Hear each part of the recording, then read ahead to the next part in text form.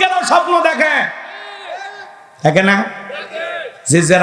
যে সমস্ত যুবকেরা অবিবাহিত, এখনো বিয়ে করেনি, ওরা দেখবেন ঘরের চতুর্দিক দিয়ে নায়িকাদের ছবি দিয়ে সাজায় রাখছে। ঘুমানোর আগে ওই নায়িকাদের ছবি দেখা নফল মনে করেন।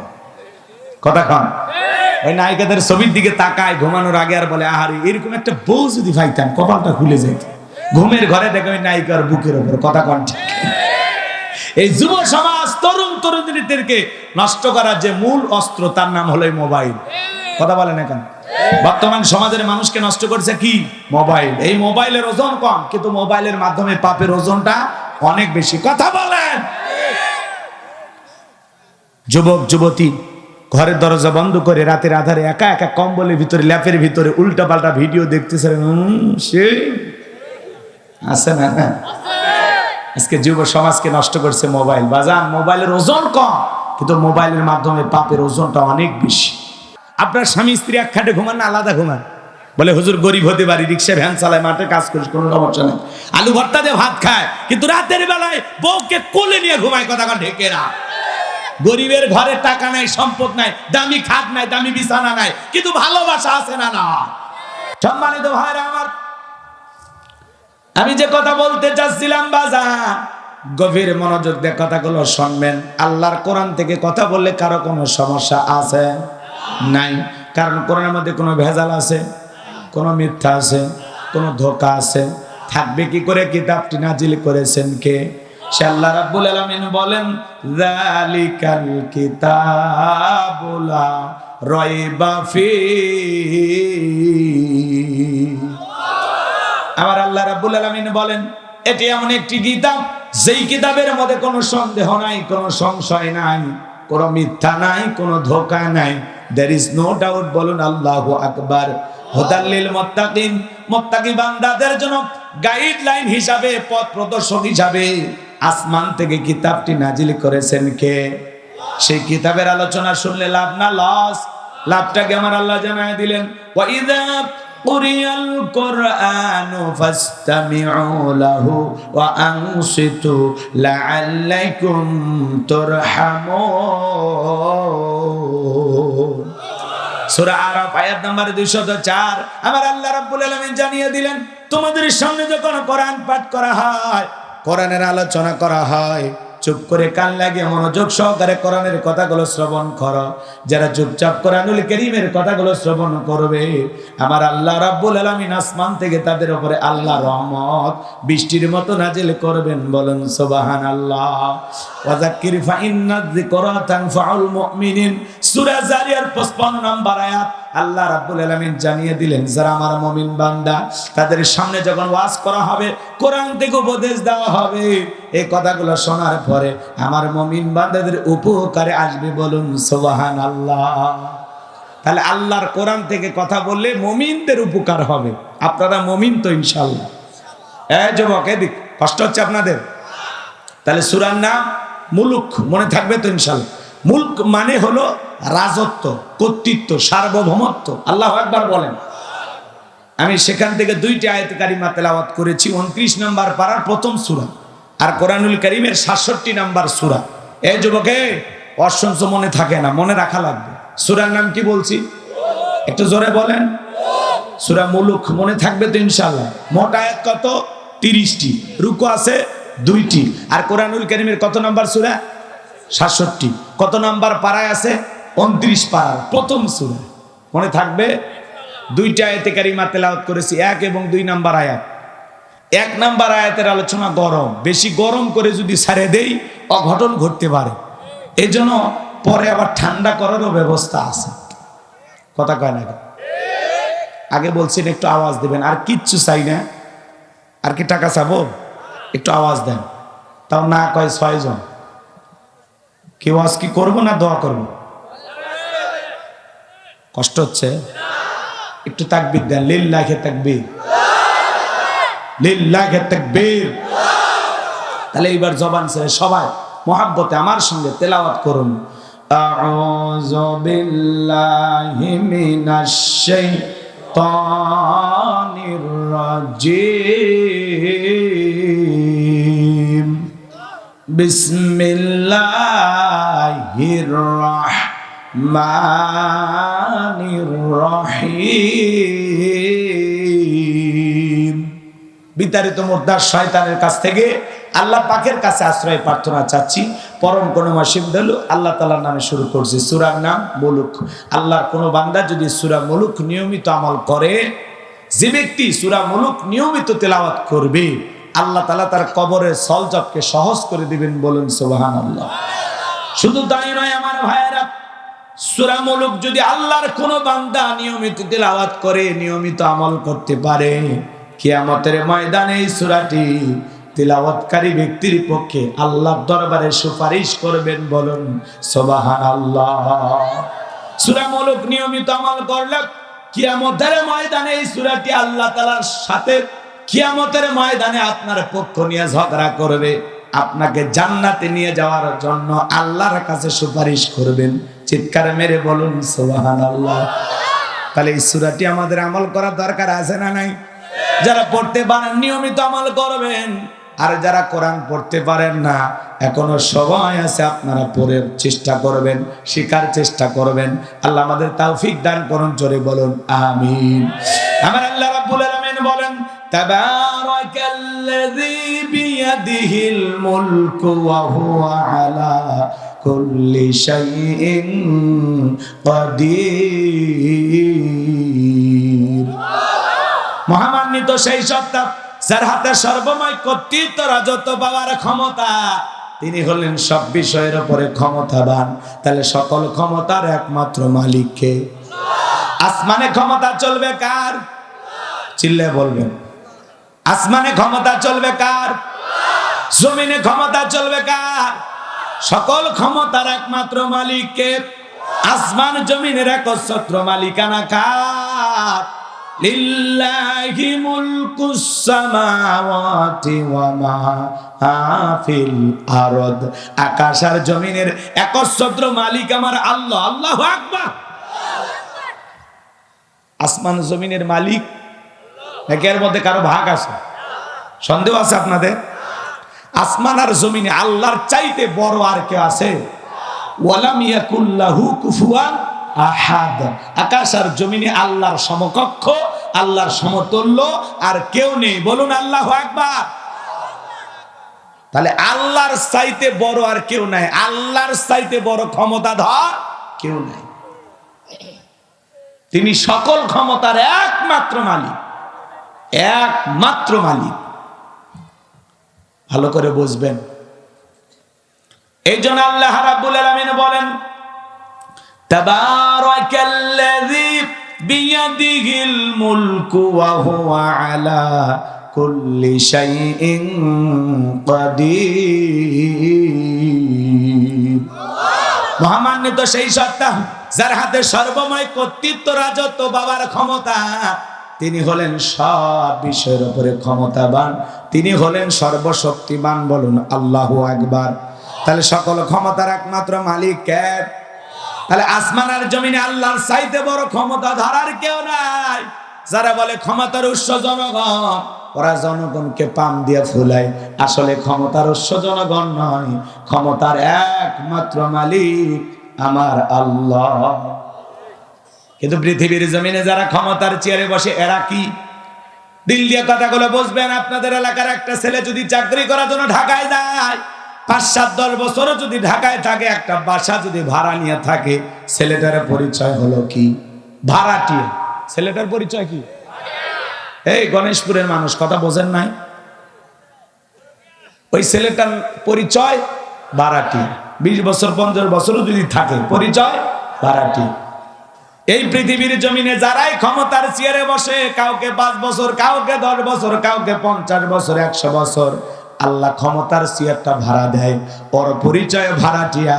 ওরা ক্ষমতার মালিক না, ক্ষমতার একমাত্র মালিক আমার আল্লাহ। পৃথিবীতে যারাই ক্ষমতার চেয়ারে বসুক না কেন বাজান, বলেন তো ক্ষমতা দেওয়ার একমাত্র মালিককে? আল্লাহ রাব্বুল আলামিন বলেন, কুলিল্লাহুম্মা মালিকাল মুলকি তুতিল মুলকা মান তাশাউ ওয়া তানজিউল মুলকা মিম্মান তাশাউ ওয়া তুইজ্জু মান তাশা ওয়া তুযিল্লু মান তাশা বিয়াদিকাল খায়র ইন্নাকা আলা কুল্লি শাইইন কাদির।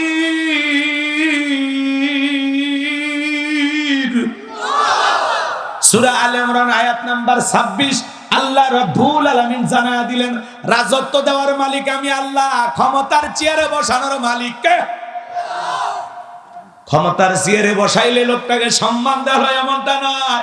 ক্ষমতার সম্মান দুইটা ভিন্ন জিনিস। এই পৃথিবীর জমিনে অনেক মানুষকে ক্ষমতার চেয়ারে বসাইয়াও বেয়াদবি করার কারণে, দাম্ভিকতা অহংকার করার কারণে জুতার বাড়ি খাওয়াইয়া ক্ষমতার চেয়ার থেকে বিদায় করছেন। তিনি কে? কথা বলেন, আজকে বুঝতেছেন? খালি নরম অস করলে হবি না। অবস্থা এখন নরম না, অবস্থা এখন গরম। কথা কন নাকি আপনারা? শোনে, ক্ষমতার চেয়ারে বসায়া পৃথিবীর জমিনে অনেক মানুষকে আল্লাহ জুতার বাড়ি খাওয়াইছে। কথা বলেন, বেয়াদবি করছিল, নমরুদকে জুতার বাড়ি খাওয়ায় ক্ষমতার চেয়ার থেকে বিদায় করছে কে? বুশকে জুতার বাড়ি খাওয়াইছে কে? শ্রীলঙ্কার দিকে তাকায় দেখলেন না, যারা ক্ষমতার চেয়ারে বসে জুলুম করেছিল, জনগণ অত্যাচার নির্যাতন সহ্য করতে না পেরে শ্রীলঙ্কার নেতাদেরকে কাপড় খুলে ক্ষমতার চেয়ার থেকে নামাইছে। কথা বলে ঠিক কিনা? ভাগ্যিস ভালো সেদিন হাফ প্যান্ট পরা ছিল, তাছাড়া নতুন ইতিহাস হইত। কথা কন না কে? কয়েকদিন আগে নেপালের প্রেসিডেন্ট পালাইছে না, নেপালের প্রধানমন্ত্রী পালাইছে। কথা বলেন না কেন? এদেশেও যারা ক্ষমতার দাম্ভিকতায় অহংকারে নিজেকে একেবারে বিশাল কিছু ভাবতো, তারাও ক্ষমতার চেয়ার রেখে পালিয়ে গেছে। কথা বলেন ঠিক কিনা? এই সময় বাড়াবাড়ি করতে নাই। কথা বলেন না কেন? ক্ষমতা পেয়ে দাম্ভিকতা অহংকার করতে নাই। এই পৃথিবীর অনেক ক্ষমতাধর ব্যক্তিকে আল্লাহ তাআলা নাকানি চুবানি খাওয়ায় বিদায় করছে। কথা বলেন ঠিক কিনা? আজকে কই গেল তাদের দাম্ভিকতা অহংকার? কোথায় তারা? আজকে কেউ নাই। কথা বলেন না কেন? আছে, আছে, কেউ আছে?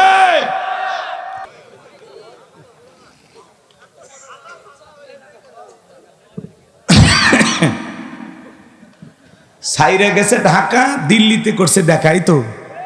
তো বুঝছি, ওটাকে নতুন করে বলা লাগবে। উনি আবার আসবে, কালকে ঢুকবে এই দেশে, রেডি থাকেন। 13 নভেম্বর আসিতেছে সাবেক প্রধানমন্ত্রী। কোন দিক দিয়ে যে শর্ট করে ঢুকবে আমার তো টেনশনই আছে। তবে দেশের মানুষ দেশে আসুক। মেয়ে মানুষ, তার উপর আবার বিধবা, কতদিন বাইরে থাকবে? আসুক না ভাই। এদেশ ওনার বাবার, এদেশ ওনার স্বামী, এদেশের অনেক উন্নয়ন উনি করেছেন, আসুক। কথা কয় না কেন? আরে ভাই, যারা পালিয়ে যায় এরা কখনো আসে? জোরে বলেন না কেন? পৃথিবীর ইতিহাসে এরকম ঘটনা ঘটেনি। আর আল্লাহ ওনাদের এমন ভাবে পতন ঘটিয়েছে, প্রধানমন্ত্রী থেকে শুরু করে ইউনিয়ন পর্যায়ের নেতা পর্যন্ত পালিয়ে গেছে, মসজিদের হুজুর পর্যন্ত পালিয়ে গেছে। কথা কর, কথা কর। এরা আসবেন, এগুলো এমনি মাঝে মাঝে একটা আতঙ্ক সৃষ্টি হবে, কারণ একেবারে সব তো চলে যায়নি, কিছু তো আসেই। কথা কর না কেন? তো আর যারা আছে ওদেরকে আমরা একটু সংশোধন করে নিজেদের ভিতরে নিয়ে নিই, নাকি কর? হ্যাঁ, যারা অপরাধ করেনি এদেরকে নেয়, আর যারা অপরাধ করছে ওদের শাস্তি হওয়া দরকার। কথা বলেন ঠিক কিনা? ওয়াজ কি চলবে? কিছু সময় নাকি অনেক সময় চলবো? লিল্লাহে তাকবীর। তাহলে বলেন, রাজত্ব দেওয়ার মালিক কে? ক্ষমতার চেয়ারে বসানোর মালিক কে? আবার ক্ষমতা কেড়ে নেওয়ার মালিক কে? যে আল্লাহ ক্ষমতার চেয়ারে বসায় সম্মান দিয়া বেয়াদবি করলে সে আল্লাহ আবার থাপ্পড় মেরে চেয়ার থেকে নামায় দেয়। কথা বলেন ঠিক কিনা? এরপরে আল্লাহ রাব্বুল আলামিন বলেন, ওয়া তুইজ্জু মান তাশাউ ওয়া তুযিল্লু মান তাশা। সম্মান দেওয়ার মালিক কে? সম্মান দেওয়ার একমাত্র মালিক আল্লাহ। আল্লাহ রাব্বুল আলামিন বলতেছেন, সম্মান দেওয়ার মালিক কে? বলেন, সম্মান দেওয়ার মালিক আমার আল্লাহ। আবার লাঞ্ছিত করার মালিক কে? বিয়াদিকাল খায়র, সকল কল্যাণের চাবিকাঠি কার হাতে? ইন্নাকা আলা কুল্লি শাইইন কাদির। আর তিনি হলেন সর্বশক্তিমান, তিনি হলেন সব বিষয়ের উপরে ক্ষমতাবান, সকল ক্ষমতার একমাত্র মালিক। আল্লাহু আকবার বলেন। এই পৃথিবীর জমিন আল্লাহ রাব্বুল আলামিন চারজন মানুষকে পুরো পৃথিবীর ক্ষমতা দিয়েছিলেন। জোরে বলেন কয়জন? আরে ভাই, পুরো পৃথিবীর ক্ষমতা দূরের কথা, ছোটখাটো পাতি নেতার গরম এলাকায় থাকা যায় না। ভাই আমার চিনিস, আমি অমুক নেতার আপন খালাতো বোন, তার ছোট মেয়ে বিয়ে করেছি, কি হাইব্রিড পরিচয় আছে না নাই? আমার নবীর জামানায় এরকম একজন ব্যক্তি ছিল, গোত্রীয় লিডার, দলপতি বলা হইতো। আমার ভাইয়েরা, নবীজি হিজরত করে মদিনায় চলে গেছেন। মক্কার কাফিরদেরকে নিয়ে রাসূলের কোনো মাথা ব্যথা নাই। রাসূল আপন গতিতে ইসলামের দাওয়াত, কালেমার দাওয়াত দিয়ে চলতেছেন। কিন্তু মক্কার মহাবীর আমর প্রতিমার সামনে দাঁড়ায়া, লাত, উজ্জা, দেবদেবী, সরস্বতী, রাধা, কৃষ্ণ, ভগবতী প্রতিমাগুলোর সামনে দাঁড়ায়া দেখে বলতেছে, যতক্ষণ আব্দুল্লাহর বেটা মুহাম্মদ বলেন সাল্লাল্লাহু আলাইহি সাল্লামের দেহ থেকে কাল্লা না ফেলাইতে পারবো, ততক্ষণ পর্যন্ত আমি এক ফোঁটাও পানি পান করবো না। জোরে কন্যা নাউযুবিল্লাহ। আমার নবীর দেহ থেকে কাল্লা ফেলাইতে চাই, বলেন তো বাজান, আমার নবী কি আর পাকা ধানে মই দিয়েছে? আর বাড়িতে চুরি করতে গেছে? আপনার আমার নবীর কি কোনো অপরাধ আছে? নবীর কোনো অপরাধ নাই।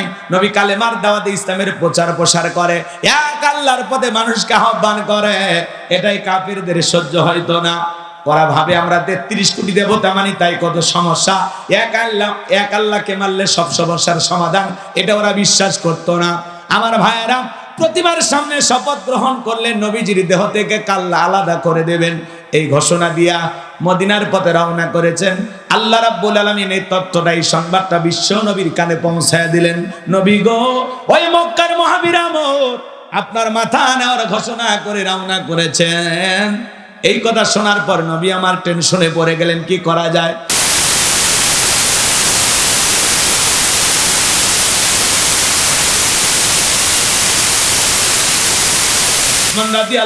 ডেকে বলে, নবী আপনি আল্লাহর এত বড় পয়গাম্বার, আপনি আল্লাহর কাছে দোয়া করেন। ওই মক্কার মহাবীর আমর আপনার কাছে পৌঁছার আগে ওরা হাত পাল্লা যেন প্যারালাইজ করে দেয়, আপনার কাছে পৌঁছানোর ক্ষমতা যেন না থাকে। নরম মানুষ দোয়ার পক্ষে। এই কথা শোনার পরে আল্লাহ রাসূল হাত তুলে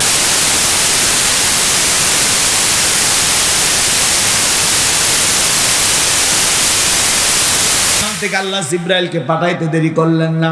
আমার আল্লাহ বলে, জিব্রাইল আর করিস না দেরি, আমার নবীজিকে জানায়া দাও তাড়াতাড়ি। আমি আল্লাহ রাব্বুল আলামিন শুধু দুই হাত দোয়া করার জন্য দেই নাই, মাঝে মাঝে জালিম আর বেঈমানদেরকে সাইজ করার জন্য ওই দুই হাতে লাঠিও তুলে নেওয়া লাগবে। বলেন আল্লাহু আকবার। নবী তখন হাত মুখে না লাগাইয়া হাঁটুর উপরে রেখে দিলেন। আমরা অনেকে দোয়া করি, অনেকে দোয়া করে আর এরকম দড়ি পাকায়। চাচা বোঝেন না, আগেকার মুরব্বীর এরকম দড়ি পাকাইতো। অনেকে মোনাজাত করে আর এরকম পেশার মাপে। আছে না নাই? সব জায়গায় কি দোয়া দিয়ে কাজ হয়? এই গ্রামের নাম বলবো না, অন্য আর একটা গ্রামের নাম বলবো না? এই গ্রামের নাম না বলে ভালো। এমনিতে আপনারা কাষ্ঠগাড়ির মানুষ, খালি ওই আকারটা বাদ দিলে কষ্টের গাড়ি হয় নাকি কন? হ্যাঁ, রাগ করতেছেন তো? মনে করেন পাশে একটা গ্রাম আছে মাহমুদপুর, এমনি নাম বললাম উদাহরণ দেওয়ার জন্য। আছে, মিলে গেছে তাহলে, ঠিক আছে। মনে করেন এই মাহমুদপুরে প্রতিদিন চুরি হয়, টাকা পয়সা চুরি হয়, গহনা গাড়ি চুরি হয়, গরু ছাগল চুরি হয়, এমনকি মাঝে মাঝে সুন্দরী বউ চুরি হয়। চোরের অত্যাচারে গ্রামে থাকা কঠিন। একজন 5 বিবি বা নওগাঁ বদলগাছি বাজার থেকে মনে করেন 5-10 কেজি জিলেপি নিয়ে এসে এশার নামাজ পড়ে হুজুরকে বলতেছে, হুজুর একটু দোয়া করেন চোরের হাত থেকে যেন আল্লাহ এই গ্রামের মানুষকে হেফাজত করে। হুজুর এইবার জিলেপি পায় এশার নামাজ পড়ে দোয়া করে, বলে আল্লাহ চোরের হাত থেকে মাহমুদপুরের মানুষের টাকা পয়সা, ধন দৌলত, গহনা গাটিকে হেফাজত করো। চোর জিলেপি খাওয়ার আশায় মসজিদে এসে হাত তুলে কয় আমিন আমিন। আচ্ছা বলেন তো বাজান, চুরি বন্ধ করতে গেলে কি দোয়া দিয়ে কাজ হবে? ওই মাহমুদপুরের ইমাম সাহেব যদি বলতে, এই মাহমুদপুরের যুবকেরা, এই গ্রামে ঢোকার 4টা রাস্তা আছে, এই 4 রাস্তার মোড়ে প্রত্যেকটা মোড়ে মোড়ে 10 জন করে যুবক বাংলার লাঠি নিয়ে দাঁড়ায় থাকবা। চোরকে দেখা মাত্র ওই লাঠি দিয়ে এমন পিটান পিটাইবা যাতে 6 মাসে মাজা সোজা না করতে পারে। চোরকে হাত তুলে আমিন কইতো নাকি তওবা করে ভালো হইতো? তাহলে চুরি বন্ধ করতে গেলে মুনাজাত দিয়ে বন্ধ হবে না, চুরি বন্ধ করতে গেলে লাগবে আল্লাহর আইন। কথা বলে ঠিক কিনা? এজন্য ১৫০০ বছর আগে আল্লাহ আইন দিয়েছেন ওয়াসারিকু ফাকতউ আইদিয়াহুমা জাযাআম বিমা কাসাবা নাকালাম মিনাল্লাহ। সূরা মাইদার ৩৮ নম্বর আয়াতে আল্লাহ আইন দিয়েছেন চোর পুরুষ হোক আর নারী হোক, আল্লাহর বিধান, আল্লাহর ফয়সালা। অপরাধ যদি প্রমাণিত হয় চোরের হাত কেটে দাও। একটা চোরের হাত কেটে বাইতুল মোকাররমের সামনে নিয়ে এসে সোশ্যাল মিডিয়াতে যদি ফলাও করে প্রচার করা হতো, প্রত্যেকটা চ্যানেলে ২-৩ ঘন্টা পরে ওই ভিডিও ফুটেজ যদি দেখানো হতো যে বাংলার পার্লামেন্টে আইন পাস করা হয়েছে চুরি করলে হাত কেটে দেওয়া হবে, একটা চোরের হাত কেটে খালি বিচার করেন, বাংলাদেশের সব চোরেরা তওবা করে আল্লাহর ওলি হয়ে যাবে। কথা বলেন ঠিক কিনা? কিন্তু কে শোনে কার কথা? আজও গেল না মনের ব্যথা। এখন উচিত কথা যদি কই, পিঠের ওপর দিয়া যাবি মই। এ আনন্দে কিছু লোক কিনে খাবে বগুড়ার স্পেশাল দই। যত ১০ নন্দ ঘোষ ৭০টা বললে ১০, করলে অন্যায়ের প্রতিবাদ। নামটা হবে তোমার মৌলবাদ, নামটা হবে তোমার জঙ্গিবাদ। কথা বলেন। আপনার ট্যাগ লাগাবে মৌলবাদ, জঙ্গিবাদ, রাজাকারের তকমা লাগাই দেবে। ও আর সুযোগ নাই। এগুলো স্লোগান শুনতে শুনতে মানুষের মুখস্থ হয়ে গেছে, এগুলো মানুষ আর বিশ্বাস করে না। তার মানে মুরব্বী আমার সাথে একমত, রাজাকার রাজাকার খেলার দিন শেষ, মৌলবাদ মৌলবাদ স্লোগান দেওয়ার দিন শেষ, জঙ্গির নাটক সাজানোর দিন শেষ। আগামীতে ইসলামের বাংলাদেশ। এই জন্য আলেমদেরকে আর মিথ্যা অপবাদ দিয়া, তহমত দিয়া, উল্টা পাল্টা মন্তব্য করে এদেশের আলেমদেরকে আর লাঞ্ছিত করা যাবে। কষ্ট হইতেছে আমার কথা? সম্মানিত ভাইরা আমার, নেতা কেন আল্লাহর আইন চালু করে না? কারণ জানে এই হাত দিয়ে আমি যে পরিমাণে দুর্নীতি করছি, প্রথম হাত নেতারটা কাটা যাবে। কার হাত? এই জন্য নেতা আল্লাহর আইন চালু করে না। গ্রাম অঞ্চলে মা বোনেরা বলে না সরিষায় ভোদে পোলাপান। আপনারা তো অস্থির হয়েছেন, মাদ্রাসায় যাইবা? যাক যাক বাবা যাও। আচ্ছা, আপনারা অস্থির হচ্ছেন, অন্তত 12টা পর্যন্ত একটু ধৈর্য নিয়ে থাকেন, তারপরে ভালো না লাগলে দোয়া করে দেবো। লিল্লাহি তাকবীর।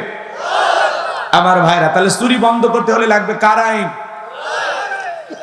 আল্লাহর আইন এই সমাজে চালু আছে? নাই, কিন্তু চালু করার দরকার আছে না নাই? কারা কারা এই জমিনে আল্লাহর আইন চান একটু হাত তুলে দেখান তো দেখি। লিল্লাহি তাকবীর। আল্লাহ এই জমিনকে ইসলামের জন্য কবুল করুন।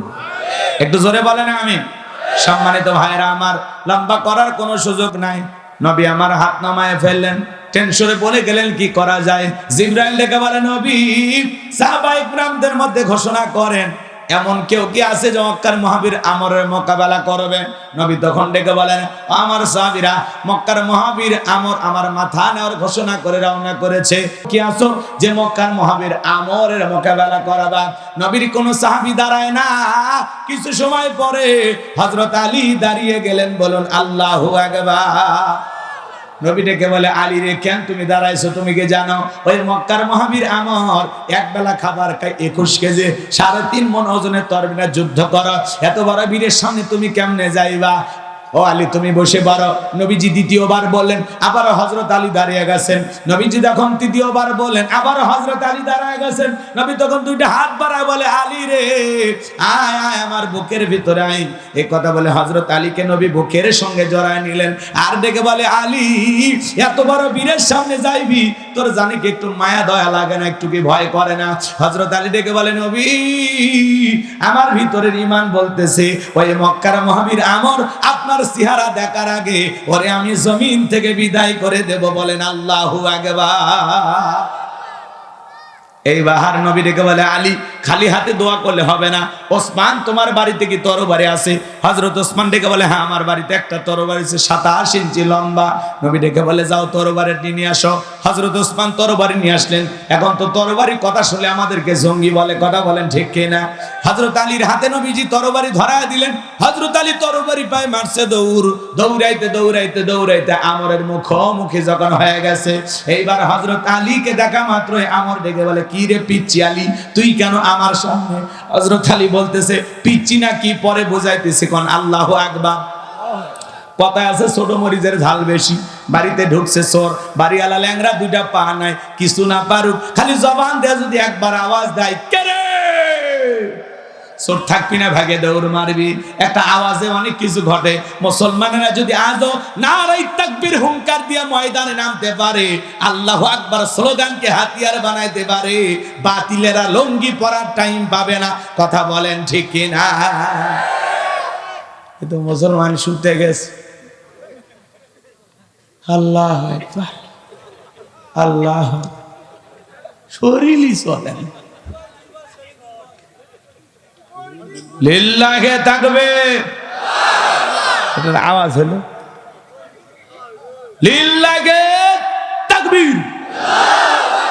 কোন মতে হয়েছে?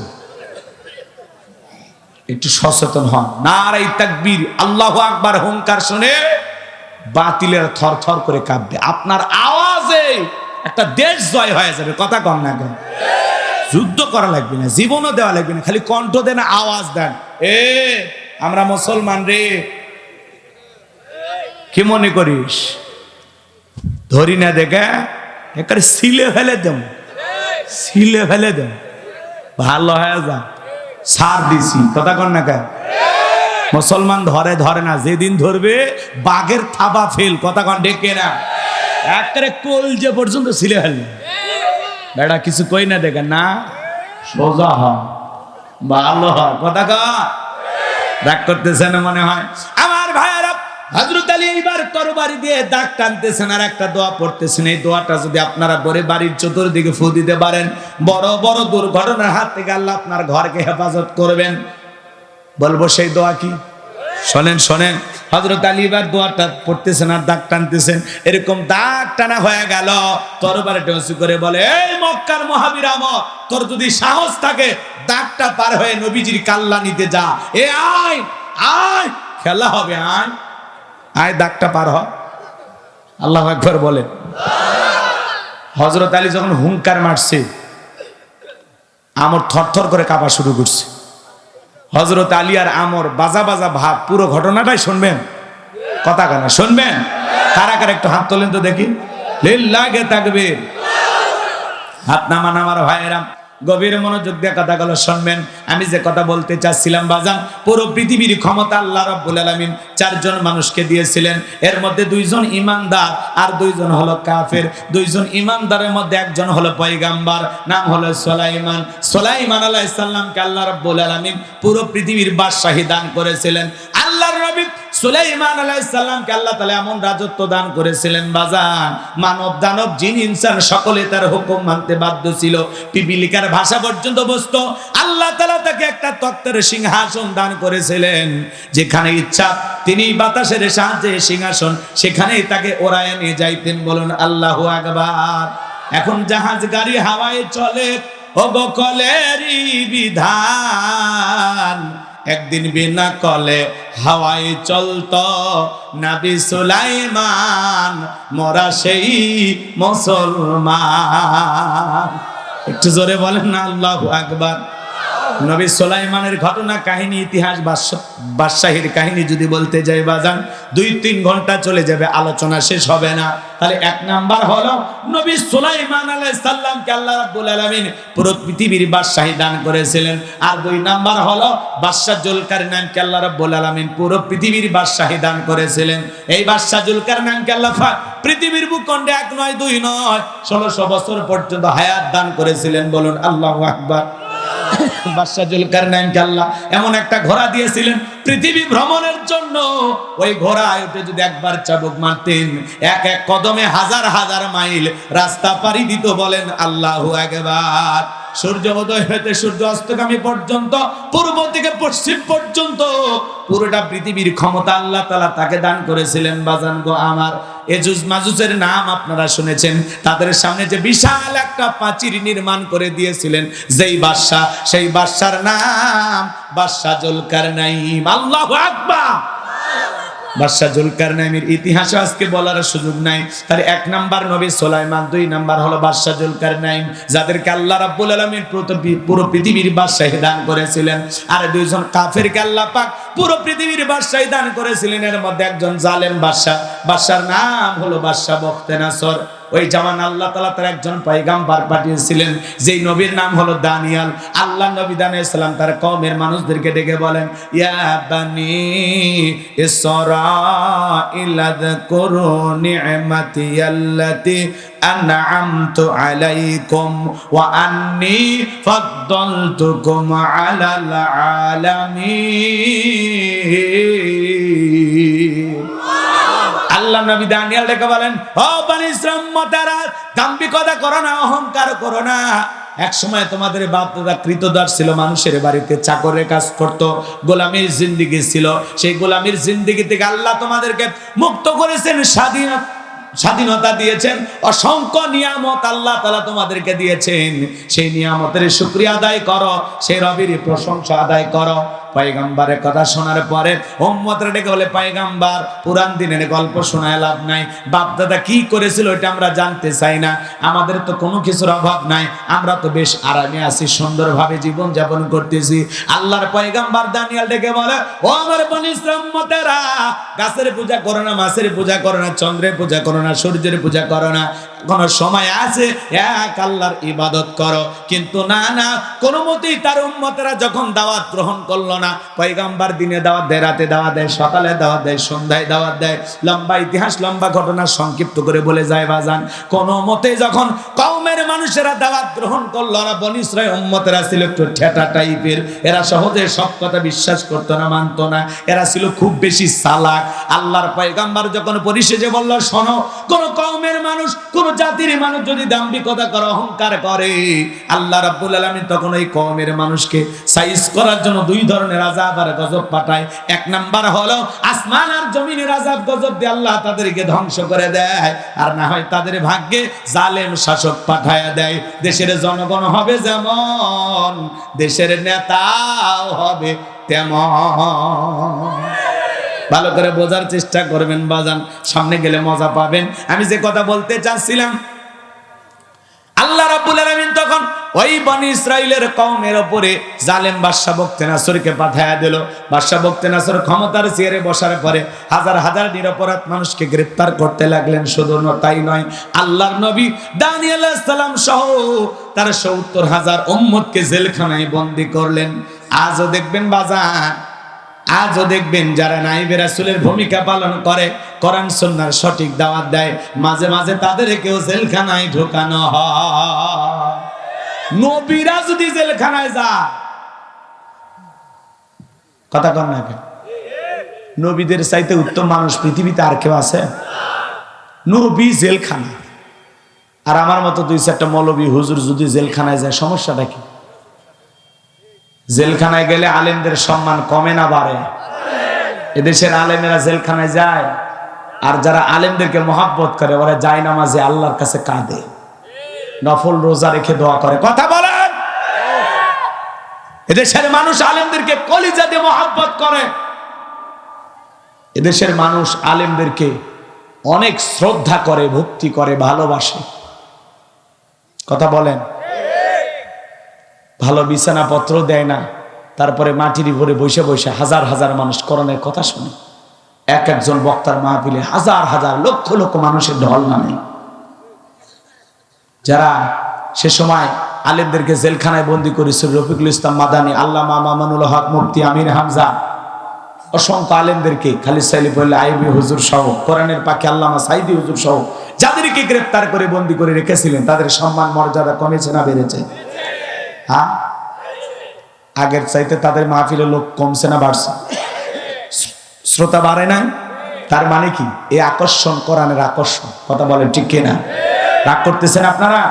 এই জন্য ভাইরা আমার, হুজুররা যদি জেলখানায় যায় মন খারাপ করবেন না। চোর ডাকাত জেলখানায় গেলে মানুষ বলে ফাঁসি দেখ, মারুক, কিন্তু আলেমেরা জেলখানায় গেলে মানুষ আফসোস করে, কাঁদে আর দোয়া করে।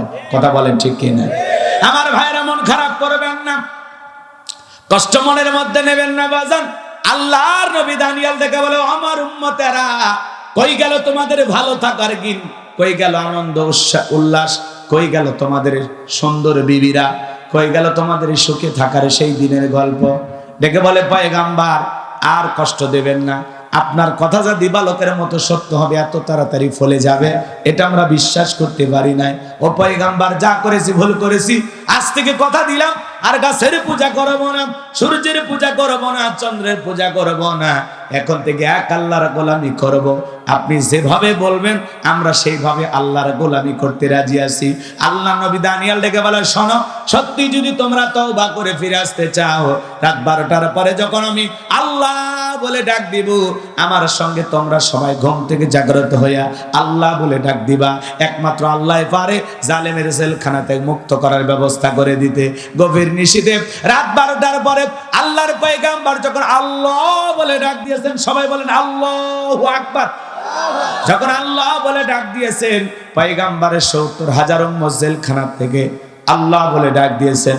এইবার সবাইকে নিয়ে কাকুতি মিনতি সহকারে সিজদায় লুটিয়ে পড়ে আল্লাহর কাছে দোয়া করে বলতেছেন, আল্লাহ, আমার উম্মতেরা ভুল করেছে, অন্যায় অপরাধ করেছে, আপনি মাফ করে দেন। আপনি ছাড়া এই জালেমের জেলখানা থেকে মুক্ত করার আর কেউ নাই। আমার উম্মতেরা ওয়াদা দিয়েছে, এখন থেকে তারা নিয়মিত আপনার আদেশ ফলো করবে, আমি যা বলবো সেটাই তারা মেনে নেবে। আল্লাহ রাব্বুল আলামিন ডেকে বলেন, ও নবী দানিয়েল, আর কান্না করতে হবে না, আমি আল্লাহ দোয়া মঞ্জুর করলাম, অচিরে জালেমের জেলখানা থেকে মুক্ত করার ব্যবস্থা করব। ওই রাত্রিতে আল্লাহ রাব্বুল আলামিন বাদশা বখতিয়ানসরকে এমন একটা মারাত্মক ভয়ঙ্কর স্বপ্ন দেখাইছে বাজান। ওই স্বপ্ন দেখে জালেম বাদশা ঘুম থেকে চিৎকারে মেরে উঠছে।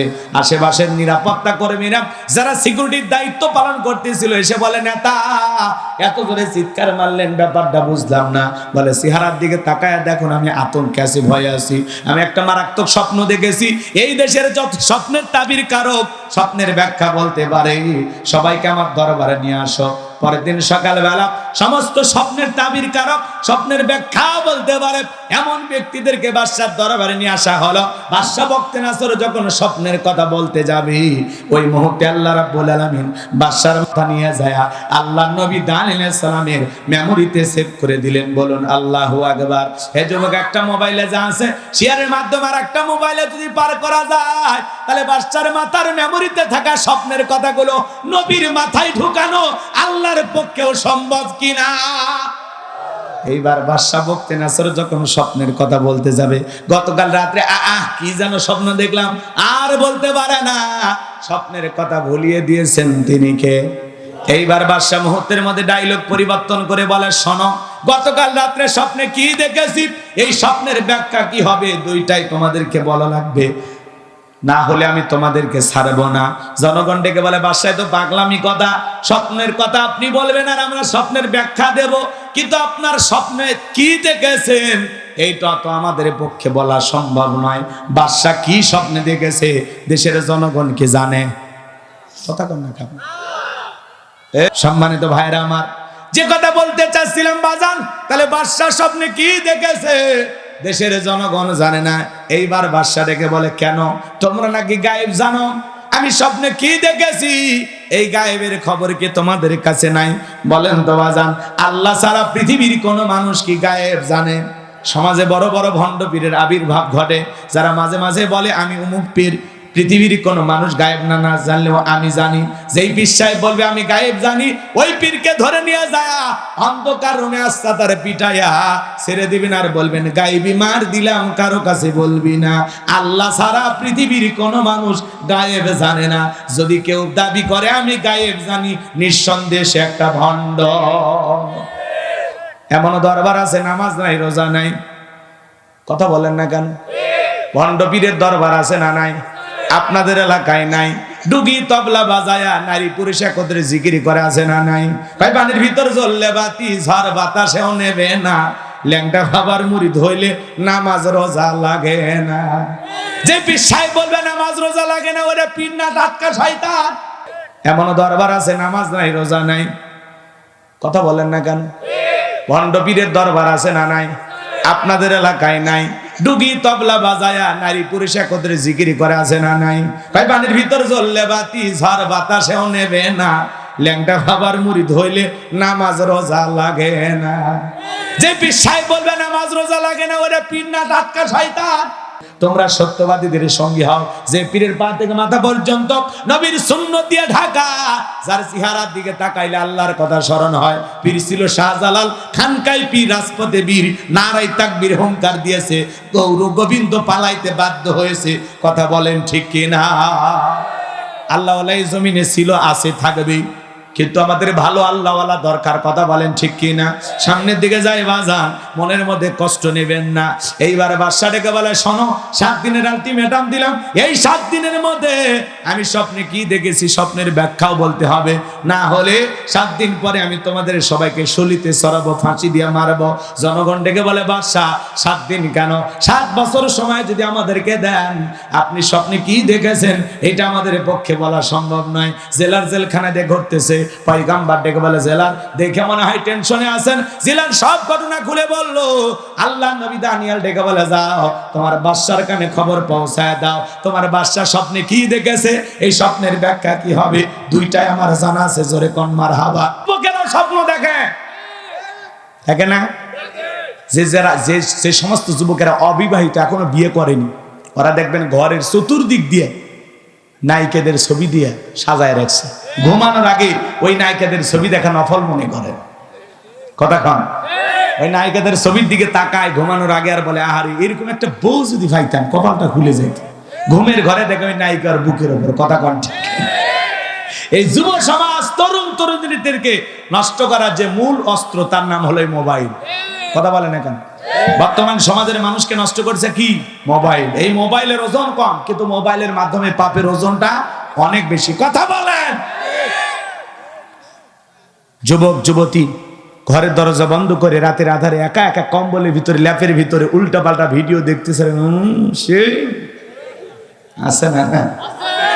আজকে যুব সমাজকে নষ্ট করছে মোবাইল। বাজান, মোবাইলের ওজন কম, কিন্তু মোবাইলের মাধ্যমে পাপের ওজনটা অনেক বেশি। আপনার স্বামী স্ত্রী এক খাটে ঘুমান না আলাদা ঘুমান? বলে, হুজুর গরিব হতে পারি, রিক্সা ভ্যান চালায়, মাঠে কাজ করিস, কোনো সমস্যা নেই, আলু ভর্তা দিয়ে ভাত খায়, কিন্তু রাতের বেলায় বউকে কোলে নিয়ে ঘুমায়। কথা ঢেকে না? গরিবের ঘরে টাকা নাই, সম্পদ নাই, দামি খাট নাই, দামি বিছানা নাই, কিন্তু ভালোবাসা আছে না? না। ঘরে কি করবেন? কিছু করার নাই। বাটাম ফাটাবেন, মারি হেল দিবেন। মারার দরকার নাই, মার্ডার হবে। কথা কয় না কে? মারার দরকার নাই, মার্ডার হবে। আর মার্ডার হলে কি হবে? থানায় মামলা হবে, জেলে যাওয়া লাগবে। অত দূর যাবেন কে? পাগলির জন্য জেলখানা যাওয়া লাগবে। কথা কন না কে আপনারা? এই জন্য শোনেন, আপনার বউ স্বপ্নে আর একটা ছেলের সাথে পার্কে ঘুরতেছে, কিন্তু আপনি তো টের পান না, ওটা তো স্বপ্নের ঘটনা। বউ কি স্বপ্নে দেখে আপনি তো জানেন না। আবার আপনি স্বপ্নে আপনার বউকে বাদ দিয়া আর একটা ছেলে, আর একটা মেয়ের হাত ধইরা যদি পার্কে ঘোরাঘুরি করেন, আপনার বউ যদি টের পায়, কি করবে? কি হলো? বসেন, এখানে বসে আছে।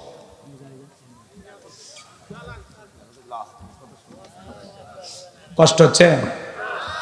শোনেন, আমি আগে বলছি, মঞ্চে যারা থাকবেন ওরা বসা করবেন না, একটু ধৈর্য নিয়ে থাকবেন, তাতে আমার জন্য ভালো হয়। আমার ভাইয়েরা গভীর মনোযোগ দিয়ে কথাগুলো শুনে যান। আপনি স্বপ্নে আপনার বউকে বাদ দিয়ে আর একটা মেয়ে কেনে ঘুরতেছেন, আপনার বউ যদি টের পাইতো, ঝাঁটা দিয়ে পিটায় খাট থেকে নামায়া দিত। কথা বলেন ঠিক কিনা? কিন্তু স্বামী কি স্বপ্নে দেখে বউ জানে না? বউ কি স্বপ্নে দেখে স্বামী জানে না? মাঝে মাঝে স্বপ্নে দেখেন সাপ তারা করছে, ঘুমোর থেকে ওটা কি সাপও খুঁজে পাওয়া যায়? মাঝে মাঝে স্বপ্নে দেখেন বাড়ি ঘরে আগুন লাগছে, পুরে সব ছাই হয়ে গেছে। বলেন তো বাজান,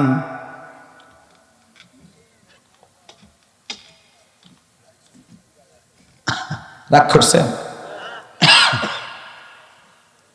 মাঝে মাঝে স্বপ্নে দেখেন বাড়ি ঘরে আগুন লাগছে, ঘুমোর থেকে ওটা কি আগুন খুঁজে পাওয়া যায়? মাঝে মাঝে স্বপ্নে দেখেন আপনি মারাও গেছেন, বাড়িতে কান্নাকাটি করতেছে, ঘুমোর থেকে ওটা দেখেন না, বেঁচে আছি। কথা বলেন? স্বপ্ন তো স্বপ্ন, মাঝে মাঝে এমন স্বপ্ন দেখি সেই ভয় লাগে। কথা কন চাচা? যুবকেরা স্বপ্ন দেখে না? যে সমস্ত যুবকেরা অবিবাহিত, এখনো বিয়ে করেনি, ওরা দেখবেন ঘরের চতুর্দিক দিয়ে নায়িকাদের ছবি দিয়ে সাজায় রাখছে। ঘুমানোর আগে ওই নায়িকাদের ছবি দেখা নফল মনে করেন। কথা কন? ওই নায়িকাদের ছবির দিকে তাকায় ঘুমানোর আগে, আর বলে, আহারে এরকম একটা বউ যদি পাইতাম, কপালটা খুলে যেত। ঘুমের ঘরে দেখে ওই নায়িকার বুকের উপর। কথা কন ঠিক? এই যুব সমাজ তরুণ তরুণীদেরকে নষ্ট করার যে মূল অস্ত্র তার নাম হলো মোবাইল। কথা বলেন এখন, বর্তমান সমাজের মানুষকে নষ্ট করছে কি? মোবাইল। এই মোবাইলের ওজন কম, কিন্তু মোবাইলের মাধ্যমে পাপের ওজনটা অনেক বেশি। কথা বলেন। যুবক যুবতী ঘরের দরজা বন্ধ করে রাতের আধারে একা একা কম্বলের ভিতরে ল্যাপের ভিতরে উল্টা পাল্টা ভিডিও দেখতেছে। সে আছে না? আজকে যুব সমাজকে নষ্ট করছে মোবাইল। বাজান, মোবাইলের ওজন কম, কিন্তু মোবাইলের মাধ্যমে পাপের ওজনটা অনেক বেশি। এই মোবাইল আজকে আমাদের জীবনের ঘন্টার পর ঘন্টা সময় নষ্ট করতেছে। কথা বলেন, কথা বলেন। দেশে মোবাইল আইছে, চিঠি বন্ধ হইয়াছে, দিওয়ানা বানাইছে, পোলা মাইয়ার মনের কথা ভাসে বাতাসে। ও দেখো ভোলা পানের মন বাদা ফেসবুকে এখন, মোবাইলে চ্যাটিং কইরা কাটায় সারাক্ষণ। এই মোবাইল পাইয়া দেখো রমজানের মাইয়া, এই মোবাইল পাইয়া দেখো মদনের মাইয়া কি কাণ্ড ঘটাইছে। স্বামী সংসার রাইখা নাকি পলায়া গেছে, স্বামী সন্তান রাইখা নাকি পালায়া গেছে। 2 বাচ্চার মা, 4 বাচ্চার মা পরকীয়া প্রেম করে আরেকটা ছেলের হাত ধরে পালিয়ে যায়। যে নারী স্বামী রেখে সন্তান রেখে আরেকটা পর পুরুষের হাত ধরে পালিয়ে যেতে পারে, ওটা নারী জাতির কলঙ্ক, ওটা ডাইনি, ওটা রাক্ষসী মহিলা। কেমনে পারলি মা? ও বোন, কেমনে পারলা স্বামী রেখা আরেকটা পর পুরুষের হাত ধরতে? কেমনে পারলি? 2-3টা বাচ্চা, এদের কথা তোর মনে হইল না? কথা কর না কে? নষ্ট গাড়ি ঠিক করা যায়, কিন্তু নষ্ট নারীকে ঠিক করা যায় না। চরিত্রহীন নারীকে এই সমাজের কোন পুরুষ ভালোবাসতে পারে না। কথা বলে ঠিক না? নারী এক আজব জিনিস, বুঝতে পারলে নিয়ামত, না বুঝতে পারলে কিয়ামত। কথা বলেন না কেন? আপনারা বলতেছেন হুজুর ছেলেদেরও দোষ আছে। আরে বেটা, দোষের দিক দিয়ে 100% মহিলারাই গিয়ে কথা কন না আপনারা। কারণ নারীরা যদি না চায়, হাজারো পুরুষ তার দরজায় খটখটায় কোনো লাভ হবে না। কিন্তু এখনকার মা বোনেরা দরজা খুলে বসে আছে। কথা কন, একটু পর পুরুষের সাথে মেশার জন্য, একটু কথা বলার জন্য নিজের স্বামীর সাথে ভালো ব্যবহার করে না। কথা কন, চাকরের মতো গোলামের মতো স্বামীর সাথে তুচ্ছ তাচ্ছিল্য করে ব্যবহার করে। আর রাস্তাঘাটের পর পুরুষকে দেখলে কি মায়া বিশু, কোথা থেকে এসেছেন, কোথায় যাবেন, আপনাকে চেনা চেনা লাগে। আছে না? না, পরপুরুষ দেখলে কি রোমান্টিক সুর, কি মায়াবী আওয়াজ। আর স্বামীর সাথে সরব তো ভাল লাগে না, জীবনটা জ্বালায় মারছে। তোর মতো পুরুষের সাথে বিয়ে হয়, কপাল পুড়ছে রে, কপাল পুড়ছে আমার। কথা কম, কপাল তোর পড়েনি, তোর সাথে বিয়ে হয়, তোর বিয়ে করে আমার কপাল পুড়ছে। এটা বলতে পারবেন না যে আমার মতো মফিজ দেখে তোরে বিয়ে করছি, তাছাড়া তোর ভাগ্যে স্বামীও যুক্ত না। এগুলো আমরা বলতে পারি না। নারীদের স্বভাব হলো বেশি বেশি অভিশাপ দেয়া। আর এদেরকে যতই দেন, 30 বছর আপনি ভালোবাসা দিলেন, 30 বছরীদের মার্কেট করে দিলেন, 1 বছরও যদি বলেন সেলিনা এবার ব্যবসা বাণিজ্য খারাপ, কি যে হয়, তোমার একটা 3 পিসও কিনে দিতে পারি কিনা? কোন বছর দিছ? প্রত্যেকটা বার তোমার সাথে ঝগড়া করে কাপড় নেওয়া লাগছে। একটা বার শান্তি মতো আমার কাপড় দিছো, ঈদের মার্কেট করবে দিছো। তোমার সাথে বিয়ে হয় আমার কপাল পুড়ছে। আমার ছোট বোন কি শান্তিতে আছে, স্বামীর কাছে যখন যা চায় তাই দেয়। আর তুমি ঈদের আসার আগে আপনি তখন চুপ রে, কিস্তি তুলে হলে তো মার্কেট করে দেবো, চুপ। তোর কথা শুনে মনে হয় আমি ফাঁসি দিয়ে মর্ম। দেখেছেন না কত স্বামী আত্মহত্যা করে মারা যাচ্ছে, খালি বইয়ের কষ্টের কারণ। সেদিন এক মুয়াজ্জিম মসজিদে ইমামতি করে, বইয়ের জ্বালা যন্ত্রণা সহ্য করতে না পারে একটা মুয়াজ্জিম ইমামতি করে, সেই হুজুরে মরছে। যদিও এই পদ্ধতিটা ঠিক না। কথা বলেন না কেন? নিজের প্রতি জুলুম করা যাবে না, আত্মহত্যা করে মৃত্যুবরণ করা যাবে না। তাহলে তো নিজেকে জাহান্নামে নিয়ে গেলেন, কি দরকার? বউ ডিস্টার্ব করতেছে, 3টা কথা বলে দেন, 1 2 3, যা বাবের বাড়ি চলে যা। কথা খান না কেন? তাই বলে বাচ্চা কাচ্চা আছে এইভাবে ডিস্টার্ব করেন, কারণ ওই বাচ্চাগুলোকে আবার দেখবে কি? কথা কি বুঝতে পারতেছেন? তাহলে এই পরকীয়ার অভিশাপে আমাদের সমাজটা পুরো শেষ হয়ে যাচ্ছে। হাজার হাজার নারী পুরুষ এখনো পরকীয়ার প্রেমে আসক্ত, কথা বলেন ঠিক কিনা? হাজার হাজার পরিবার আজকে নিঃস্ব হচ্ছে। করোনা ভাইরাসের চাইতে বড় ভাইরাসের নাম এই পরকীয়া প্রেম। শুধু নারীদের দোষ দেব না, পুরুষেরও দোষ আছে। এই যুবক, তোমাকেই বলছি, তোমাদেরকে বলছি, তোমার স্ত্রীর সাথে যদি কেউ পরকীয়া প্রেম করে মাইনে নিবা? যারা কথা কয় না এরা মানে ভালোবাসা শেয়ার করবে। এই আপনি কি দুর্বল পুরুষ? তাহলে একটু জোরে বলেন না কেন? আপনার স্ত্রীর সাথে কেউ পরকীয়া প্রেম করলে মাইনা নেবেন?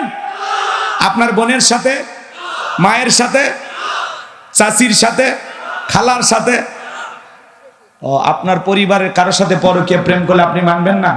তাহলে আপনি যার সাথে পরকীয়া প্রেম করতেছেন সেটাও তো কারো না কারো স্ত্রী, কারো না কারো মেয়ে, কারো না কারো মা। এই বেলায় ওয়াজ গেল কই? তুমি কোন নারীর সাথে পরকীয়া প্রেম করতেছো, যেই ভাই তাকে বিবাহ করেছে সেই মুসলিম ভাইয়ের হক আপনি নষ্ট করতেছেন। তার স্ত্রীর দিকে কেন নজর দিচ্ছেন? এই কথা কর না কে? সমাজে এগুলো আছে না নাই বাজান? আল্লাহ আমাদের যুবক যুবতীদেরকে এই পরকীয়ার অভিশাপ থেকে হেফাজত করেন। এই যুবক, অন্যের বইয়ের দিকে নজর না দিয়া, কত গরিব মেয়ে আছে বিয়ে হয় না, অসহায়, যা বিয়ে কর, দায়িত্ব নে। কত স্বামী পরিত্যক্তা বিধবা অসহায় নারী আছে, 2-3টা বাচ্চা নিয়ে জীবন চালানো কঠিন, যা বিয়ে কর, দায়িত্ব নে। অন্যের বইয়ের দিকে নজর দিস কেন? নজর ঠিক রাখ। আল্লাহ আমাদের হেদায়েত দান করেন। এটা জোরে কোন আমিন। আল্লাহ বলেন কুল্লিল মুমিনিনা গুদ্দুনা মিন আবসারিহিম, মুমিন পুরুষের দৃষ্টি থাকবে নিচের দিকে। কথা বলেন না কেন? রাস্তাঘাটে নারী হেঁটে গেল আর আরামসে তাকায় আছেন, খবর আছে আপনার? হ্যাঁ, আবার স্লোগান দেয়, পরে না চোখের পলক, কি তোমার রূপের ঝলক। তোমার ঝলকানি কবরে গেলে পিটায় ঠান্ডা করবে। কথা কোন ঠিক কিনা? আল্লাহ হেদায়েত দান করেন। জোরে বলেন আমিন। আর একটা নিশা হলো টিকটক ভিডিও। কথা কোন না? ছেলে মেয়ে সবাই এখন টিকটক ভিডিও করে, আছে না না? দেশে টিকটক আসিয়া সব গেল ভাসিয়া, সিদ্দিক সোরা নায়ক হইছে আইডি খুলিয়া, হিরো আলম নায়ক হইছে আইডি খুলিয়া। হিরো আলম চেনেন না? বগুড়ের হিরো আলম কয়েকদিন আগে বউক তালাক দিয়েছে, দিয়ে দুধ দিয়ে গোসল করছে। সেই রিয়া মনি নাকি এখন ওর বিরুদ্ধে মামলা করছে। এখন হিরো আলমের বিরুদ্ধে গ্রেপ্তারি পরোয়ানা জারি হয়েছে। যখন তখন হিরো আলম সাহেবকে নাকি গ্রেপ্তার করতে পারে। তাহলে চিন্তা করেন, এই হিরো আলম কত আলোচনা আসলো, নির্বাচন করতে গিয়ে মার খায়, বইয়ের হাতে মার খায়, বউ তালাক দিয়ে দুধ দিয়ে গোসল করে, আবার সেই হিরো আলমকে নাকি গ্রেপ্তার করা হবে। আলোচিত একজন ব্যক্তি, বাপরে বাপ, এই দেশের মানুষ চেহারা যেমনই হোক সেও নাকি হিরো আলম। কথা কর, কথা কর। এরা কি করে? টিকটক ভিডিও বানায়, বিভিন্ন ভিডিও বানায়, সোশ্যাল মিডিয়াতে ছাইরা কন্টেন্ট তৈরি করে পাবলিকের কাছে ভাইরাল হয়ে গেছে। এখন এই যুবক হিরো আলমের সাথে দেখা হলে কয়, প্লিজ ভাই একটা সেলফি। কথা না? এখন হিরো আলমকে গ্রেফতার করে যদি জেলখানায় নিয়ে যায়, জেলখানায় যায় সেলফি তুলবে। রাগ করতেছেন নাকি আপনারা? তাহলে টিকটক আমাদের সমাজকে খাইছে। কথা বলে ঠিক কিনা?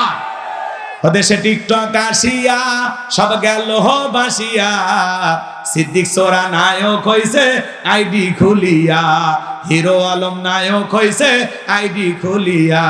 এই মোবাইলে হাই কি জাদু আছে ভাই, পোলা পান বইজাছে, পড়ালেখা তুইলা রাখছে সপ্তম আকাশে।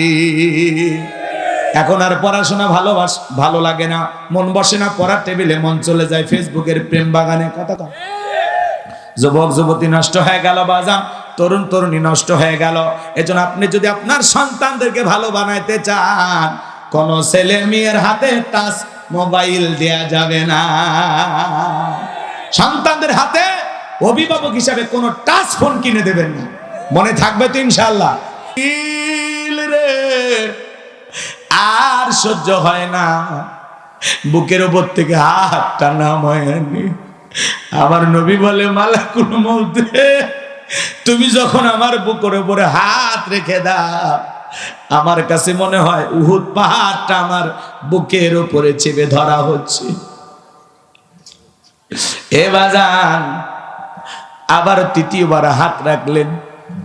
নবীজির রূহটা এখন বের করবেন, এমন মুহূর্তে নবীজি কয়েকটি কথা বললেন উম্মতের উদ্দেশ্যে। নবীজি শেষ যেই মেসেজটা দিলেন, শেষ যেই বার্তাটা দিলেন, শেষ যেই কথাটা বললেন, আমার উম্মতেরা, আসসালাত আসসালাত, নামাজ নামাজ, সাইরুনা।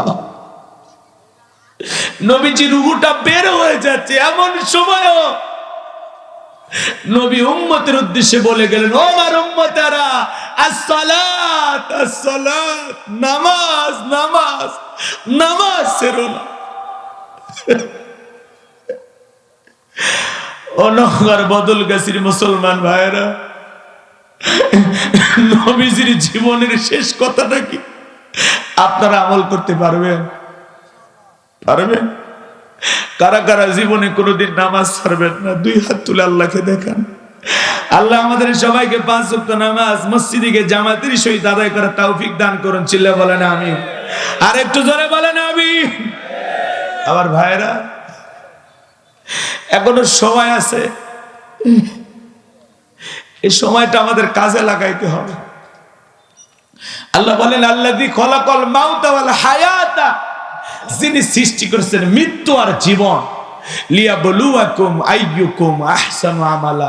আমি আল্লাহ পরীক্ষা করে দেখব আমলের দিক দিয়ে তোমাদের মধ্যে সবচাইতে উত্তম আমল কারা করেছে, কার আমল কত বেশি সুন্দর, কার আমল সবচেয়ে বেশি ভালো।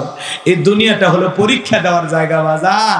এই পরীক্ষার ফলাফল পাবো আমরা কিয়ামতের ময়দানে। কথা বলেন না কেন? এই জন্য দুনিয়াতে বসে থাকার কোনো সুযোগ নাই।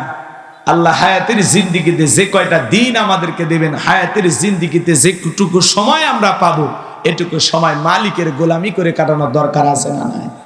জোরে বলেন, দরকার আছে না নাই? আমার ভাইয়েরা, এই তরুণ যুবকের, দুনিয়াটা মিছেই সংসার সংসার কইরা দুনিয়ার জীবনে আমরা কত কিছুই না করলাম। আল্লাহ বলেন, বাল তুসিরুনাল হায়াতাদ দুনিয়া ওয়াল আখিরাতু খায়রু ওয়া আবকা। তোমরা দুনিয়ার জীবনকে প্রাধান্য দিচ্ছ, অথচ আখিরাতের জিন্দেগিগুলো চিরস্থায়ী। যেই জীবনের শুরু আছে শেষ নাই, সেই জিন্দেগির জন্য কিছু করার দরকার আছে না নাই? যুবক, তুমি যদি 7 দিনের সফরে কক্সবাজার, কল্পনা করেন আপনি মারা গেছেন, আপনার মৃত্যু হয়ে গেছে, আপনার দেখে রঙিন পোশাক খোলা হচ্ছে, কেউ বা বাজারে বাঁশ কাটার জন্য চলে গেছে, কেউ কবর খননের জন্য চলে গেছে, কেউ দৌড়ে চলে গেছে বাজারে সাদা কাপড়ের কাপড় কেনার জন্য। আপনার দেখে রঙিন পোশাক খুলে বড়ই পাতার গরম পানি দিয়ে গোসল করা দিতেছে। ছোট্ট ছেলেটাকে দে বলে, আব্বু আব্বু, কতদিন গোসল কানায় গোসল করলা, আজকে কেন চকির উপরে শোয়া? অন্য মানুষ তোমারে গোসল করায় দেয় আব্বু। ছেলের কান্না শুনতে পাইতেছেন, কিছুই করার নাই, সান্ত্বনা দেওয়ার জন্য দ্বিতীয়বার জাগতে পারবেন না। মেয়েটা কান্না করে, বাবা কতদিন গোসলখানায় গোসল করলে, আজকে কেন অন্য মানুষ তোমারে গোসল করায় দেয়? মেয়েটা আব্বু আব্বু বলে কাঁদে, ছেলেটা আব্বু আব্বু বলে কাঁদে। আত্মীয় স্বজন সবাই কান্নাকাটি করতেছে। আপনাকে শেষ বিদায় দেওয়ার জন্য সব আয়োজন রেডি হয়ে গেল। গোসল শেষ করা হলো, আতর সুরমা লাগায়া সাদা কাপড়ে চকলেটের মতো মরাইয়া মসজিদের খাটিয়াতে তুইলা 4 জন বরযাত্রী ধইরা 1 পা 2 পা করে কবরস্থানের দিকে আগাইতেছে। কবরে লাশটা নিয়ে গেল, 3 জন ব্যক্তি কবরে নামলো। লাশটা আপনার কেবলামুখী করে একে একে সবাই উঠে আসলো, বাঁশের বিছানা বিছায়া দিল। আপনি কবরের নিচে, ওপরে বাঁশের বিছানা, এরপরে চাটাই পেরে দিল, কবরের ওপরে মাটি চাপা দিয়া দিল। একে একে করে বন্ধু বান্ধব আত্মীয় স্বজন ছেলে মেয়ে সবাই চলে আসলো। যে কোদাল দিয়ে কবর করেছে কোদাল নিয়ে আসলো, ডালি নিয়ে আসলো, 2-1টা বাঁশের টুকরা বেঁচে গেলে ওই টুকরোটাও নিয়ে আসলো বাজার। সবাই কবর থেকে চলে আসলো। এখন একা একা আপনি কবরে মুনকার নাকির সলজব নেওয়ার জন্য চলে আসছে। তাহলে আল্লাহ রাব্বুল আলামিন বলেন, তাবারাকাল্লাযী বিয়াদিহিল মুলকু ওয়া হুয়া আলা কুল্লি শাইইন কাদির। মহামান্বিত সেই সত্তা যার হাতে সর্বময় কর্তৃত্ব, রাজত্ব, পাওয়ার ক্ষমতা। তিনি হলেন সর্বশক্তিমান, সবকিছুর উপরে একমাত্র ক্ষমতাবান। তিনি কে? ভালো করে বুঝবেন বাজান। পররাতে আল্লাহ রাব্বুল আলামিন বলেন, আল্লাযী খালাকাল মাউতা ওয়াল হায়াতা লিয়াবলুয়াকুম আইয়ুকুম আহসানু আমালা ওয়া হুয়াল আজিজুল গফুর। আরেকটু জোরে বলেন আল্লাহু আকবার। এই আয়াতের জন্য কি 10টা মিনিট আপনাদের কাছে আছে? 10টা মিনিট বাজান, পায়ে হাত দিয়ে অনুরোধ করি, ছোটাছুটি করবেন, একটু অপেক্ষা করেন। আল্লাহ তাআলা কি বলেন পরে আয়াতে, দিল দিয়ে বুঝবেন। এই 10টা মিনিট আপনার জীবনকে পরিবর্তন করে দিতে পারে বাজান। আল্লাহ তাআলা কি বলতেছেন? আল্লাযী খালাকাল মাউতা ওয়াল হায়াতা, যিনি সৃষ্টি করেছেন মৃত্যু আর জীবন, লিয়াবলুয়াকুম আইয়ুকুম আহসানু আমালা, আমি আল্লাহ পরীক্ষা করে দেখব আমলের দিক দিয়া কার আমল কত বেশি উত্তম, কার আমল কত বেশি সুন্দর। যার আমল ভালো তার আখিরাত ভালো, যার আমল খারাপ তার আখিরাত হয়ে যাবে বরবাদ। এ বাজান দিল দিয়ে কথাগুলো বুঝবেন। আল্লাহ বলেন, আল্লাযী খালাকাল মাউতা ওয়াল হায়াতা, যিনি সৃষ্টি করেছেন মৃত্যু আর জীবন। সর্বপ্রথম আল্লাহ মৃত্যুর কথা কেন বললেন? এ বাজান, এই দুনিয়াতে আসার একটা সিরিয়াল আছে, যাওয়ার কিন্তু কোনো সিরিয়াল নাই। দাদা আসছে, দাদার পরে বাবা আসছে, বাবার পরে আমি আসলাম, আমার পরে আমার সন্তানেরা আসলো। কিন্তু যাওয়ার বেলায় দাদার আগে নাতি চলে যায়, বাবার আগে সন্তান চলে যায়, বাবার কাঁধে সন্তানের লাশ। এটা পৃথিবীর সব চাইতে ভারী বোঝা। হে যুবক, একটা সন্তান দুনিয়াতে জন্ম নেবে, 9-10 মাস আগে খবর পাওয়া যায়, কিন্তু একটা মানুষ দুনিয়ার থেকে বিদায় নেবে 9 সেকেন্ড আগেও জানা যায় না কার কখনো কোথায় মৃত্যু আছে। এজন্য আল্লাহ রাব্বুল আলামিন বলেন, কুল্লু নাফসিন যায়িকাতুল মাউত, প্রত্যেক প্রাণীকে মৃত্যুর স্বাদ গ্রহণ করা লাগবে। মৃত্যুর স্বাদ হলো 2 প্রকারের, মিষ্টি খাইলে যেমন মিঠা লাগে, নিম পাতা খাইলে যেমন তিতা লাগে। যারা ঈমানদার তাদের মৃত্যু বড় মিঠা। মায়ের কোলে শিশু যেমন দুধ পান করতে করতে ঘুমের মধ্যে চলে যায়, যারা ঈমানদার আল্লাহর নেককার বান্দা তারা তেমনি ভাবে দুনিয়া থেকে বিদায় নেবে, টেরও পাবে না। বলুন সুবহানাল্লাহ। আর যারা আল্লাহর অবাধ্য বান্দা, নাফরমান, আল্লাহর অবাধ্য গোলাম, ওরা যখন মৃত্যুবরণ করবে পা থেকে মাথা পর্যন্ত রুহুটা ছোটাছুটি করবে। দেখেন না বাজান, কত মানুষ মৃত্যুর সময় পেশাব পায়খানা করে দেয়, কত মানুষ দেখেন না চোখটা বড় বড় করে গালি দিতে দিতে মারা যায়, কত মানুষ দেখেন না মৃত্যুর 6 মাস আগে জবান বন্ধ হয়ে যায়। সন্তানেরা শরবত বানায়া মুখে তুলে দেয় চামচ দিয়া, গালসি বেয়ে বেয়ে পড়ে যায়, খাওয়ারও শক্তি থাকে না। এ যুবক, মৃত্যুর যন্ত্রণা বড় কঠিন, মৃত্যু বড় ভয়ঙ্কর। মৃত্যু থেকে কেউ পালাইতে পারবে না। আল্লাহ বলেন, আইনামা তাকুনু ইউদরিকুমুল মাউতু ওয়ালাউ কুনতুম ফি বুরুজিম মুশাইয়াদা। সূরা নিসার ৭৮ নম্বর আয়াত। আল্লাহ ডেকে বলেন, যেখানে থাকো, যে অবস্থায় থাকো, মৃত্যু তোমাদেরকে ধরবেই। মৃত্যু থেকে পালানোর কোনো রাস্তা খোলা নাই। যুবক রে, সকালে মৃত্যু হবে না সন্ধ্যায় মৃত্যু হবে কেউ জানি না, সময়টা নির্ধারণ করা আছে, কিন্তু তোমার আমার জানা নাই। এই পৃথিবীর সকল ধর্মের মানুষ এই কথাটা সত্য বলে স্বীকার করে। জীবন যেহেতু আছে, মৃত্যুর স্বাদ সবাইকে ভোগ করতে হবে।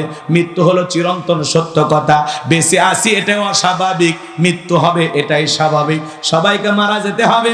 এই দুনিয়া থাকার জায়গা না, এই পৃথিবীতে কেউ থাকতে পারবে না, সবাইকে যাওয়া লাগবে বাজান। কার মৃত্যু কখন হবে আমরা কেউ জানি না। মৃত্যু বড় ভয়ঙ্কর, মৃত্যুর যন্ত্রণা বড় কঠিন। আল্লাহ নবী ইদ্রিস আলাইহিস সালামকে জিজ্ঞাসা করা হয়েছিল, ও আল্লাহ নবী ইদ্রিস, আপনার কাছে মৃত্যুর যন্ত্রণা কেমন মনে হয়েছিল? ইদ্রিস আলাইহিস সালাম ডেকে বলেন, জ্যান্ত ছাগলের গা থেকে চামড়া খসাইলে ছাগলের যেমন কষ্ট হয়, মৃত্যুর যন্ত্রণা আমার কাছে তেমনি কষ্টকর মনে হয়। একজন নবীর কাছে যদি মৃত্যুর যন্ত্রণা এমন কষ্টকর মনে হয় বাজার, আপনার আমার মৃত্যুটা কত কঠিন, কত ভয়ঙ্কর হতে পারে। আল্লাহর পয়গাম্বর বিশ্বনবী অসুস্থ, নবী মাঝে মাঝে অসুস্থ হয়ে পড়তেছেন। নবীজির ইন্তেকালের পূর্বে নবীজির অসুস্থ এই দৃশ্য দেখার পরে ফাতেমা অজুরে চোখের পানি ছেড়ে দিয়ে কান্না করেন। নবী ডেকে বলে, ফাতেমা, তোর চোখের পানি আমার সহ্য হয় না, মা আয় আয়, তোর কানটা আমার মুখের কাছে লাগায়া দি। ফাতেমা নবীজির মুখের কাছে কানটা লাগায়া দিলেন। নবীজি কি যেন বললেন, হযরত ফাতেমার কান্না বন্ধ হয়ে গেল। আম্মা জান আয়েশা জিজ্ঞাসা করেন, আমার মেয়ে ফাতেমা, তোমার আব্বা জান কি এমন বলল মা, যার কারণে তোমার কান্নাটা বন্ধ হয়ে গেল? হযরতে ফাতেমা ডেকে বলেন, মা, আমার বাবা মাকে বলেছেন বাবার ইন্তিকালের পরে বেশি দিন দুনিয়াতে থাকা লাগবে না। বাবা বলেছে বাবার ইন্তিকালের পরে বাবার সাথে আমার সাক্ষাৎ হবে। বুঝে নিয়েছি মা, বাবার ইন্তিকালের পরে বেশি দিন দুনিয়ার জমিনে আমাকে থাকতে হবে না। নবীর ইন্তিকালের পরে 5 থেকে 6 মাসের ব্যবধানে ফাতেমা ইন্তিকাল করেছিল।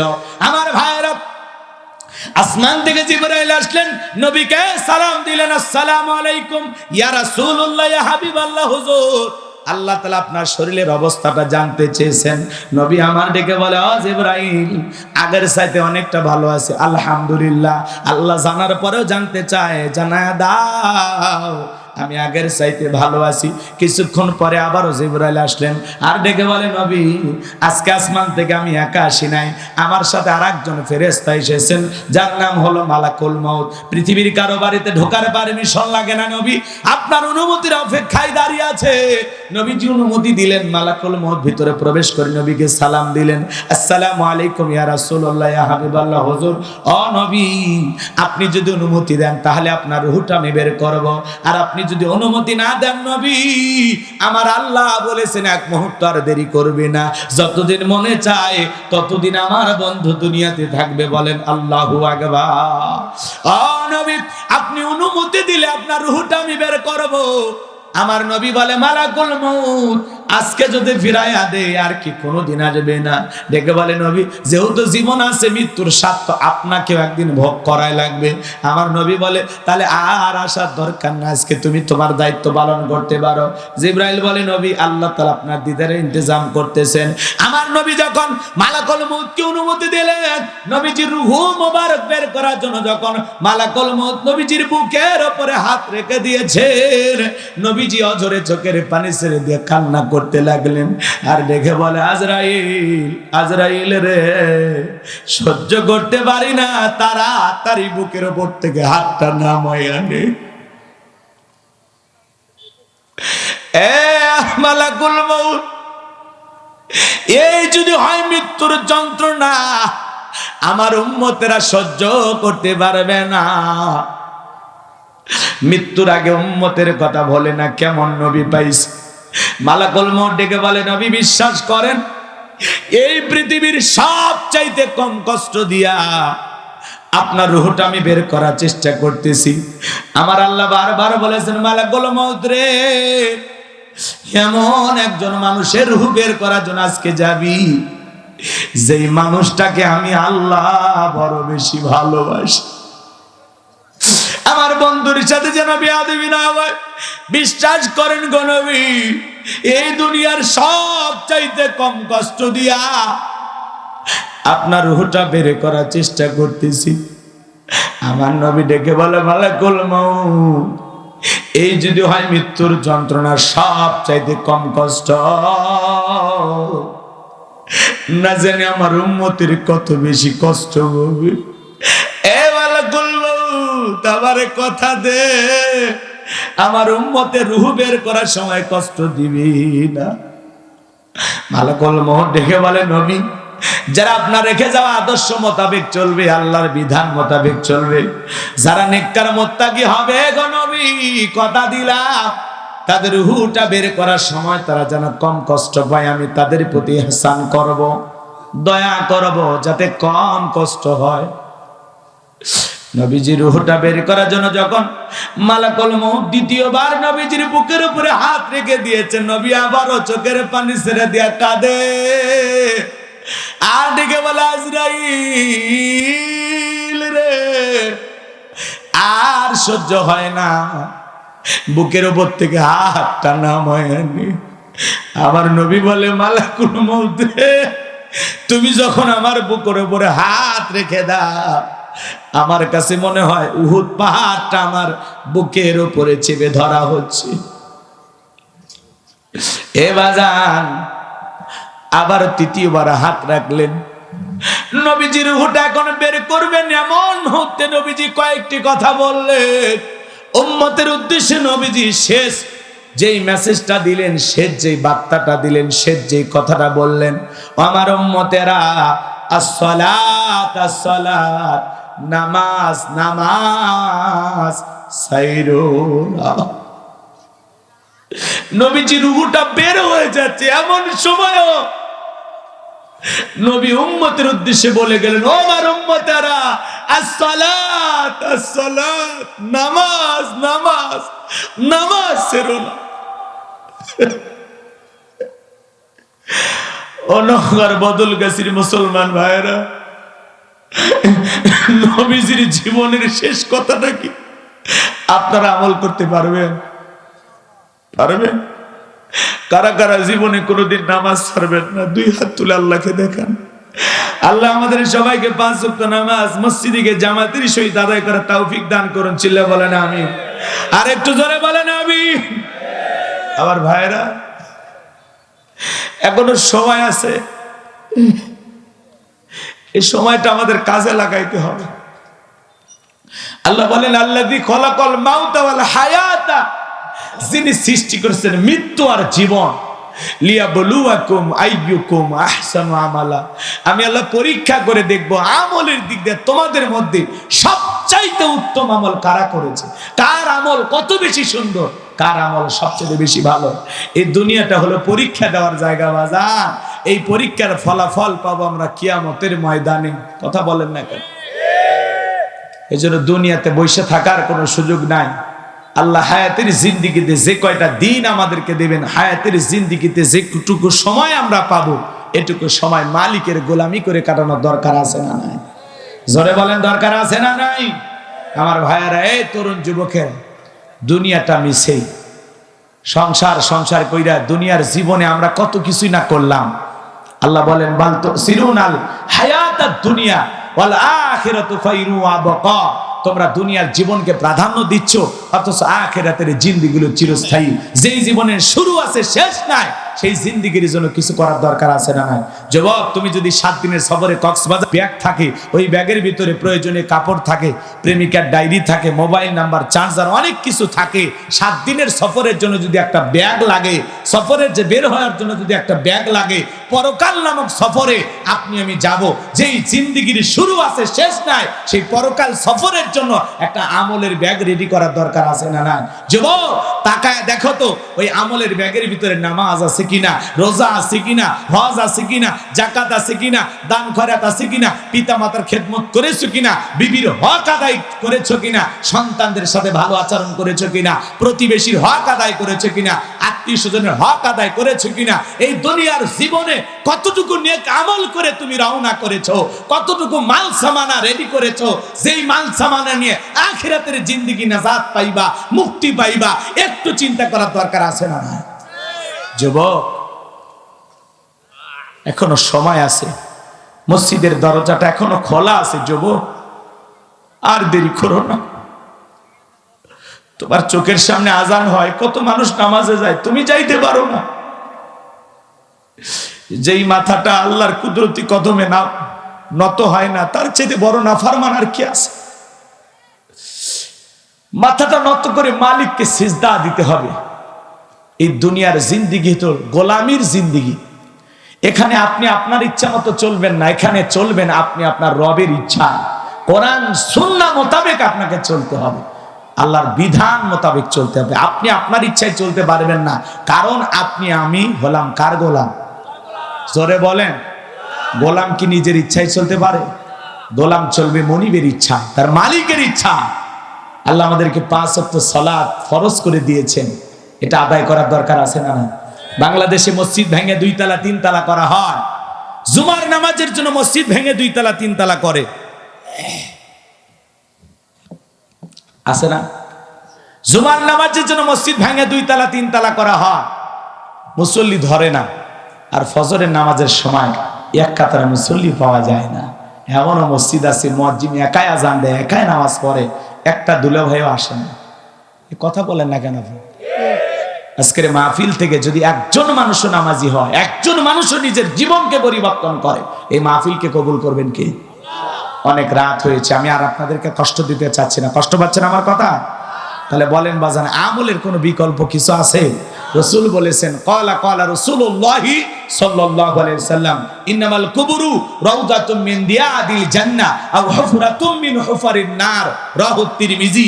নবীজি বলেছেন যে ব্যক্তির আমল ভালো, মৃত্যুর সঙ্গে সঙ্গে আল্লাহ তাআলা তার কবরটাকে জান্নাতের বাগান বানায় দিবেন, বলুন সুবহানাল্লাহ। আর যে ব্যক্তির আমল খারাপ, আও হুফরাতুম মিন হুফারিন নার, তার কবরটা হয়ে যাবে জাহান্নামের আগুনের গর্ত। এই গর্তের গভীরতা কত জানেন? নবীজি এক জায়গায় বসা, জিবরাইল এসে বলে নবী এই মুহূর্তে একটা আওয়াজ হইল, আপনি কি শুনতে পাইছেন? আমার নবী বলে হ্যাঁ আমি শুনতে পেয়েছি একটা আওয়াজ। জিবরাইল বলে নবী আজ থেকে ৭০ বছর আগে জাহান্নামের গর্তের মুখে আল্লাহ একটা পাথর ছেড়ে দিয়েছেন, এই মাত্র জাহান্নামের তলদেশে গিয়ে পাথরটা পৌঁছাইলো। চিন্তা করেন বাজান, একটা পাথর ছেড়ে দিলে জাহান্নামের গর্তের মুখে ৭০ বছর যদি সময় লাগে নিচে পড়তে। আল্লাহ না করুক, আল্লাহ না করুক, আপনার আমার গুনাহের কারণে, অপরাধের কারণে আসমান জমিনের মালিক আল্লাহ বেজার হইয়া একবার যদি ওই গর্তের মুখে ফেলে দেয়, কি একটা অবস্থা হবে চিন্তা করেন বাজান। কারো দেহে যদি জাহান্নামের আগুন লেগে যায়, মনে হয় কলিজাটা পুড়ে ছাই হয়ে যাবে। জাহান্নামের এক ইঞ্চি জায়গা ফাঁকা নাই যার মধ্যে আগুন নাই। ইন্নাহা সাআত মুস্তাকাররা ওয়া মুকামা। সূরা ফুরকানে আল্লাহ তাআলা জানিয়ে দিলেন নিশ্চয় আবাসস্থল হিসাবে, বসতির জায়গা হিসাবে ওই জাহান্নাম কত না নিকৃষ্টতম একটা স্থান। জাহান্নাম সুখের জায়গা না, ওইটা হলো যন্ত্রণার কারখানা। সেই জাহান্নাম থেকে বাঁচার জন্য আমল করার দরকার আছে না নাই? কবরের ঘরটা রে যুবক বড় কঠিন একটা ঘর। আল্লাহ বলেন ফামাই আমাল মিসকালা যাররাতিন খায়রান ইয়ারা ওয়া মাই আমাল মিসকালা যাররাতিন শাররান ইয়ারা। বান্দারে তুমি যদি যাররা পরিমাণে নেক আমল করো, অনু পরিমাণে নেক আমল করো, ওইটাও তোমার আমলনামায় লিপিবদ্ধ করা হবে। আর তুমি যাররা পরিমাণে বদ আমল যদি করো, অনু পরিমাণে বদ আমল করো, ওইটাও তোমার আমলনামায় লিপিবদ্ধ করা হবে। আর যারা গুনেন একবার অন্ধকার কবরে যাবে, ওই কবরের ডানের মাটি বামে চলে যাবে, বামের মাটি ডানে চলে যাবে, এমন জোরে চাপ দেবে বাজার, এক পাজরের আর অন্য পাজরে ঢুকে যাবে। কবরে থাকা অন্ধ ফেরেশতা চোখে দেখে না, কানে শোনে না, হাতুড়ি দিয়ে আঘাত করবে, দেহটা চূর্ণ বিচূর্ণ হয়ে যাবে। কবরে থাকা বিষাক্ত সাপ একবার যদি সবল মারে, ৭০ হাত মাটির নিচে দেহটা চলে যাবে। আবার সবল মারবে, উপরে উঠে যাবে, বিষের যন্ত্রণায় দেহটা নীল বর্ণ হয়ে যাবে। ওই কবরের ঘর বড় কঠিন ঘর রে যুবক। যেই কবরে নাই বাতি, নাই সাথী, নাই জানালা, নাই দরজা, কি হবে ওই অন্ধকার কবরে? কি হবে তোমার? 2টা মিনিট বালিশে মাথা রেখে একবার চিন্তা করো যুবক, এই মুহূর্তে যদি তোমার নিঃশ্বাসটা বন্ধ হয়ে যায়, আজকে রাতে যদি তোমার মৃত্যু হয়ে যায়, কি নিয়ে যাইবা? চক্ষুটা বন্ধ করেন 2টা মিনিট সবাই, মনে করেন আপনি মারা গেছেন, অনুভব করেন, কল্পনা করেন আপনি মারা গেছেন, চোখ সবাই বন্ধ, কল্পনা করেন আপনি মারা গেছেন, আপনার মৃত্যু হয়ে গেছে, আপনার দেখে রঙিন পোশাক খোলা হচ্ছে, কেউ বা বাজারে বাঁশ কাটার জন্য চলে গেছে, কেউ কবর খননের জন্য চলে গেছে, কেউ দৌড়ে চলে গেছে বাজারে সাদা কাপড়ের কাপড় কেনার জন্য। আপনার দেখে রঙিন পোশাক খুলে বড়ই পাতার গরম পানি দিয়ে গোসল করা দিতেছে। ছোট্ট ছেলেটাকে দে বলে আব্বু আব্বু, কতদিন গোসল কানায় গোসল করলা, আজকে কেন চকির উপরে শোয়া? অন্য মানুষ তোমারে গোসল করায় দেয় আব্বু। ছেলের কান্না শুনতে পাইতেছেন, কিছুই করার নাই, সান্ত্বনা দেওয়ার জন্য দ্বিতীয়বার জাগতে পারবেন না। মেয়েটা কান্না করে, বাবা কতদিন গোসলখানায় গোসল করলে, আজকে কেন অন্য মানুষ তোমারে গোসল করায় দেয়? মেয়েটা আব্বু আব্বু বলে কাঁদে, ছেলেটা আব্বু আব্বু বলে কাঁদে, আত্মীয় স্বজন সবাই কান্নাকাটি করতেছে। আপনাকে শেষ বিদায় দেওয়ার জন্য সব আয়োজন রেডি হয়ে গেল। গোসল শেষ করা হলো, আতর সুরমা লাগায়া সাদা কাপড়ে চকলেটের মতো মরাইয়া মসজিদের খাটিয়াতে তুইলা 4 জন বরযাত্রী ধইরা এক পা দুপা করে কবরস্থানের দিকে আগাইতেছে। কবরে লাশটা নিয়ে গেল, 3 জন ব্যক্তি কবরে নামলো। লাশটা আপনার কেবলামুখী করে একে একে সবাই উঠে আসলো, বাঁশের বিছানা বিছায়া দিল। আপনি কবরের নিচে, ওপরে বাঁশের বিছানা, এরপরে চাটাই পেরে দিল, কবরের ওপরে মাটি চাপা দিয়া দিল। একে একে করে বন্ধু বান্ধব আত্মীয় স্বজন ছেলে মেয়ে সবাই চলে আসলো। যে কোদাল দিয়ে কবর করেছে কোদাল নিয়ে আসলো, ডালি নিয়ে আসলো, 2-1টা বাঁশের টুকরো বেঁচে গেলে ওই টুকরোটাও নিয়ে আসলো বাজার। সবাই কবর থেকে চলে আসলো। এখন একা একা আপনি কবরে মনকার নাকির সলজব নেওয়ার জন্য চলে আসছে। বলেন তো বাজান, ভয় করবে কিনা? কথা বলে না।